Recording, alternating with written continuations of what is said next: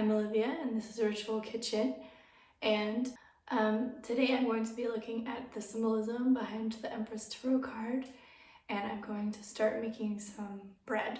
The card is all about, harvest and abundance, and ever since I started this channel I've been thinking that I want to make bread when I do that card, and so today's the day.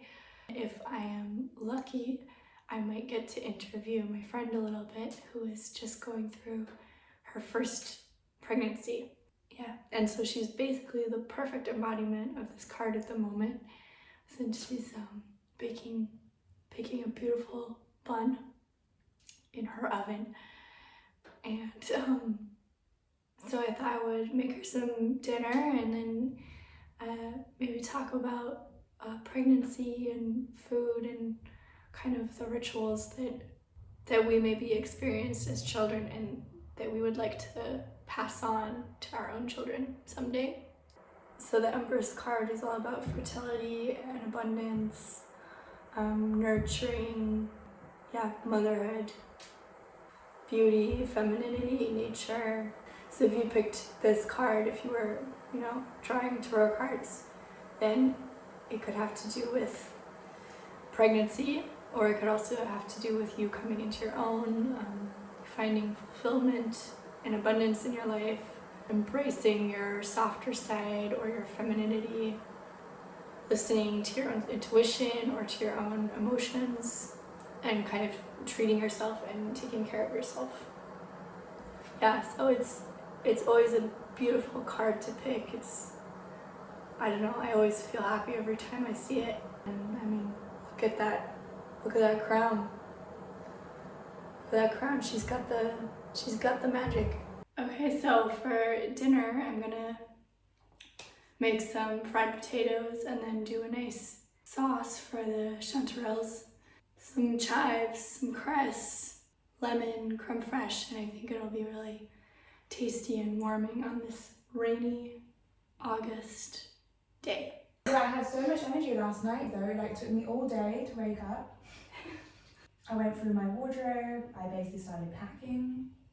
I started looking under my bed, seeing what I need to keep, what I need to take. It feels achievable now, I could just go in October and it will be fine, before this weekend I was like, oh.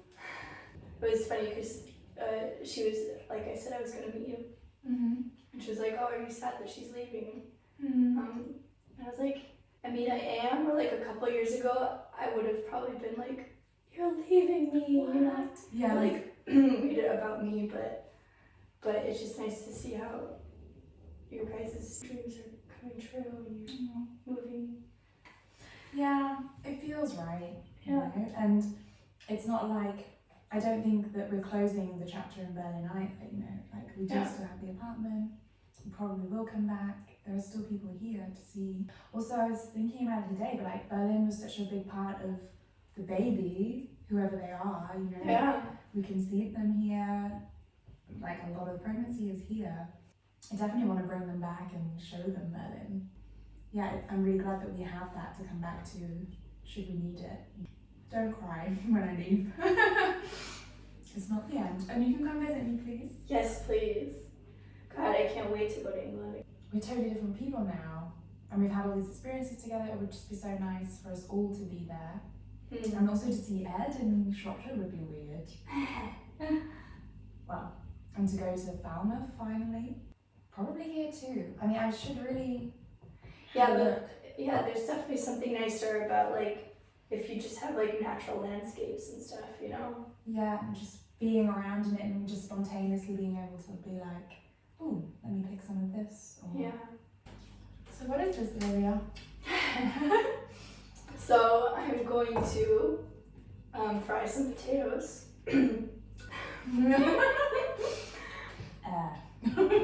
With air fried potatoes. No, I'm gonna fry some potatoes with a bit of oil, some spaghetti and salt, and a bit of garlic powder. That's step one. What kind of salt did you say you're using? Spaghetti and salt. Oh. Which is actually a Georgian spice. It's quite smoky. know. Quite earthy. Maybe a teaspoon and a half.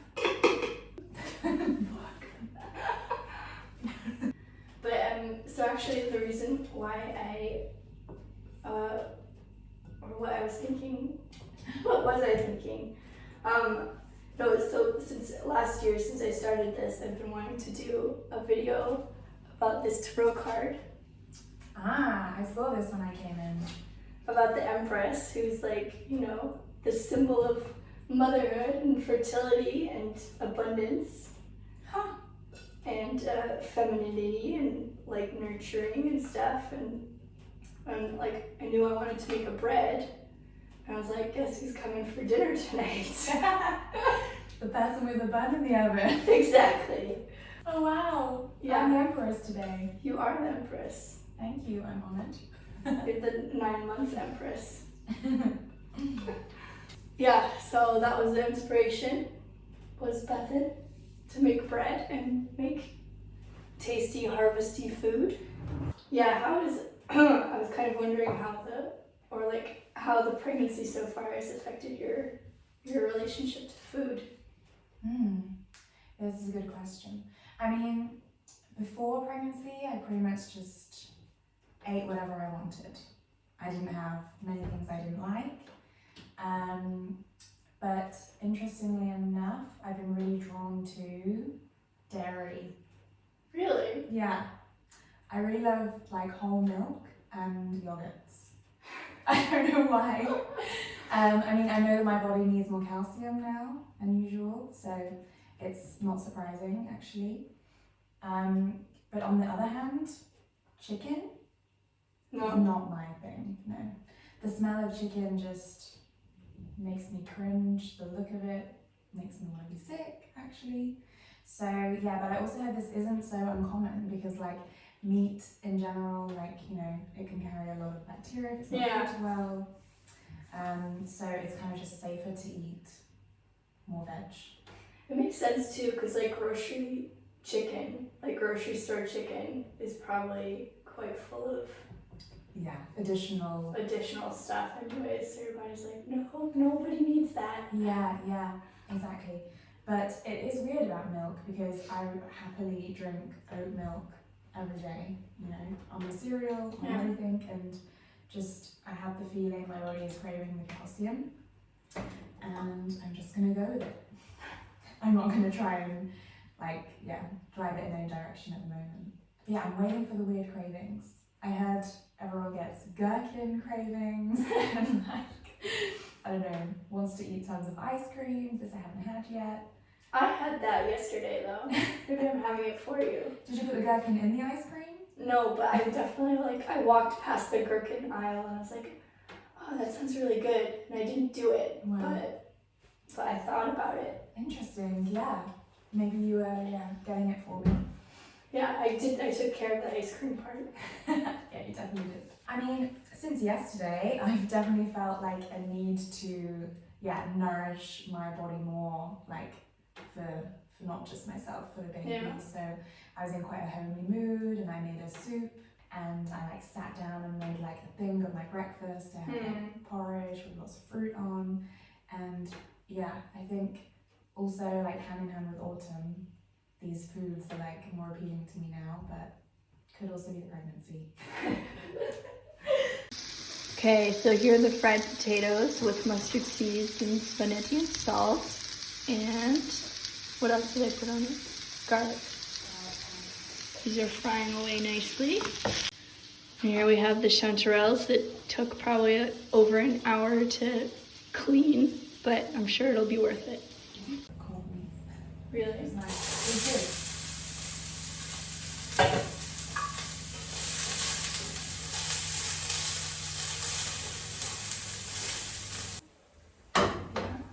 That worked then, yeah. Yeah. And I mean, that wasn't necessarily always the case with Reiki though. I had a feeling that with Reiki you were just both on your own. Kind of. Although there was some overlaps. There was some overlaps. Okay. So it's all wonky too. So I've just fried some onions and now I'm gonna add the chanterelles.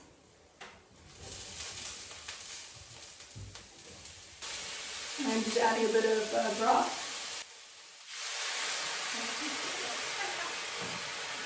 Salt. On someone else. Feel free. A give and take kind of. Yeah. Yeah, definitely. So I added 200 grams of creme fraiche and like a tablespoon of fenugreek powder and a couple pinches of salt. Nice. Yeah, by the ocean you gotta have fish. Zest of a lemon. Just the skin.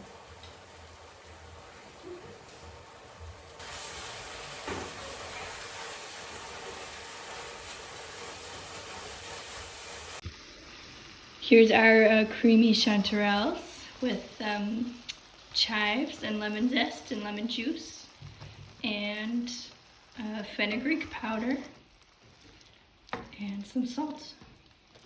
And they've been kind of boiling away for the last 10 minutes and it's reduced nicely and now we're nearly ready to eat. Thank you, Olivia. Yeah, I'm glad to have you here. The Empress for the day. Yeah. Really nice. You can really taste the citrus, actually. Yeah. Almost a little bit more than I want, but it's still good. I forgot the little pop of color. It's like a red, just a red cress.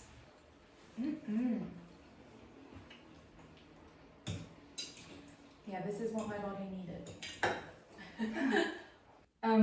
So I was basically wondering if there were any like rituals or like kitchen rituals that you had as a kid that you want to pass on to your baby. Oh. Let me think. I actually know. No, nothing. Let me think. Do you remember remember there being things that she did or like things that she always did before she cooked? Yes, or before she ate or something? Yeah, well actually growing up my mum was in the kitchen a lot, which is normal I guess for our times. But yeah, it was always really nice whenever she was heating up milk. So now I see the connection maybe with my craving for milk. I never thought of that before. But yeah, she was always heating up milk for me and my younger sister. And she would sing the song as she was heating the milk. So she was stirring it on the stove and singing, "Milky's coming." But my mum has a really nice voice. So it was very soothing. And yeah, it was just nice, like me and my sister would gather in the kitchen and just listen to my mum singing as she stirred the milk.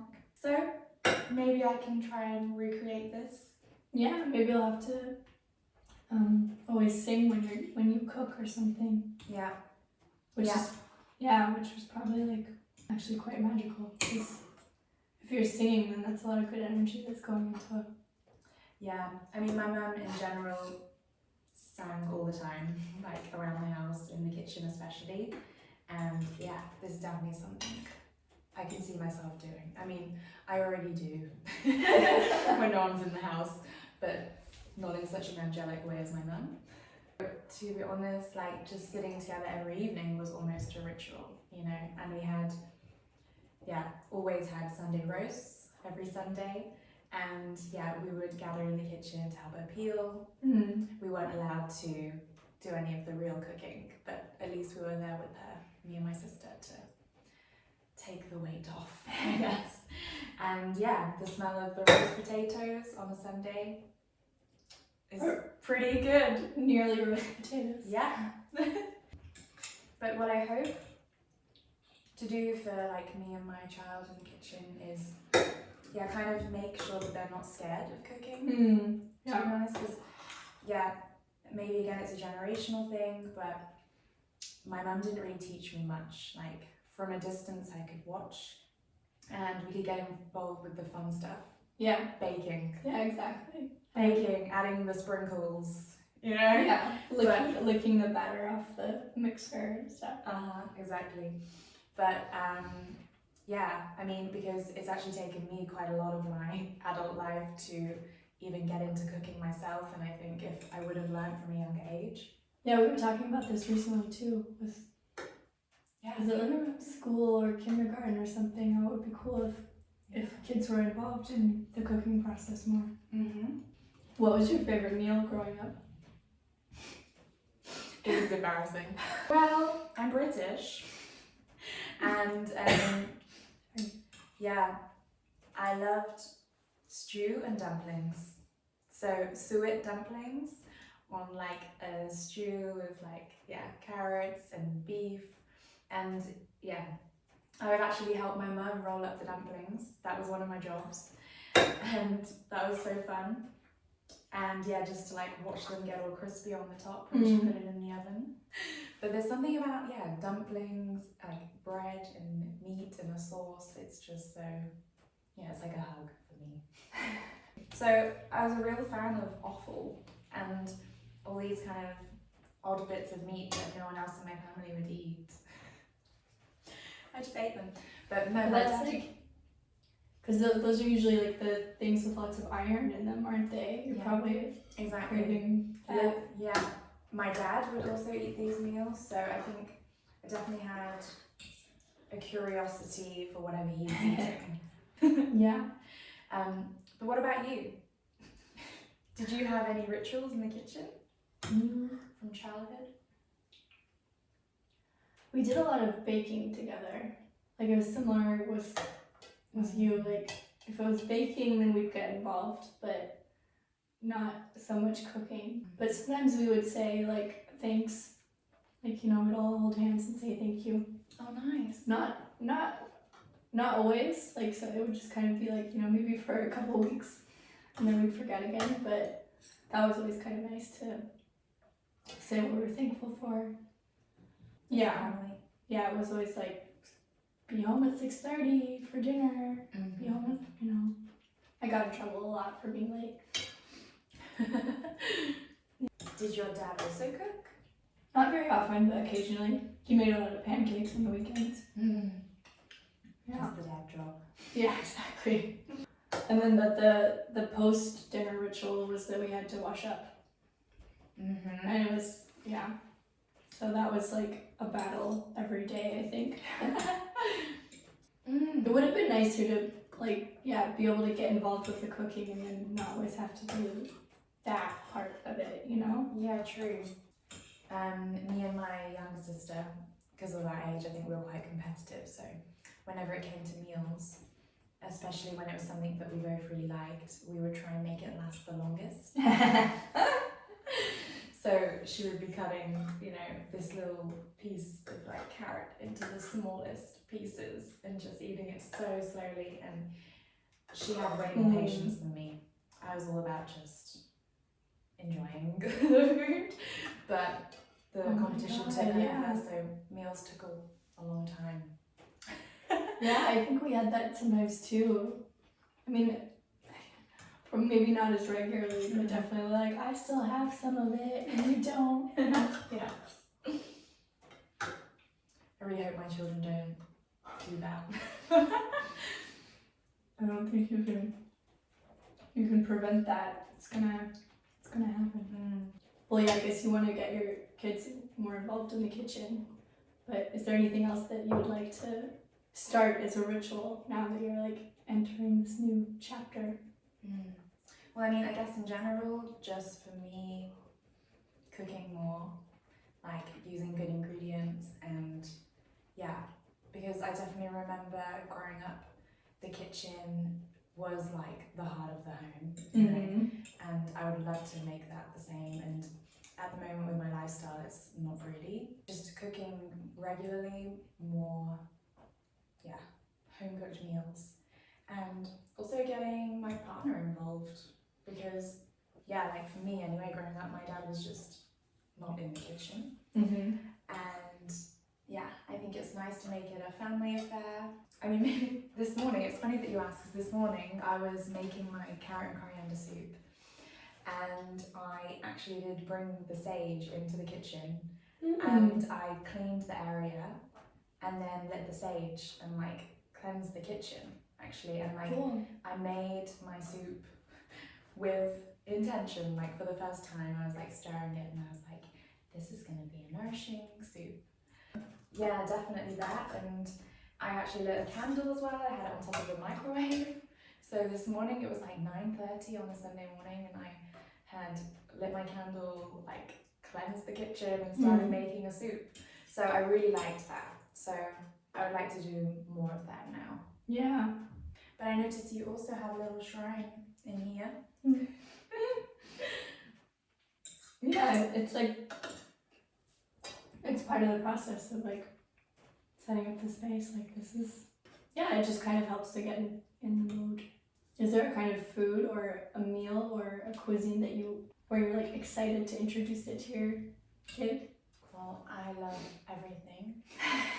Yeah, I mean, at home we cook a lot of kind of Middle Eastern inspired things, Indian, and actually one of my favourite purchases was this little Iskian cookbook, so Italian cookbook, but it's a different kind of Italian. It's like very rough and ready and very easy to achieve in your kitchen, you know, it's not super refined, but I really like that, and I have lots of nice memories of me and Jake, my boyfriend, making these together. And yeah, I think I would kind of like that to be a part of our child's memories too, just getting stuck in.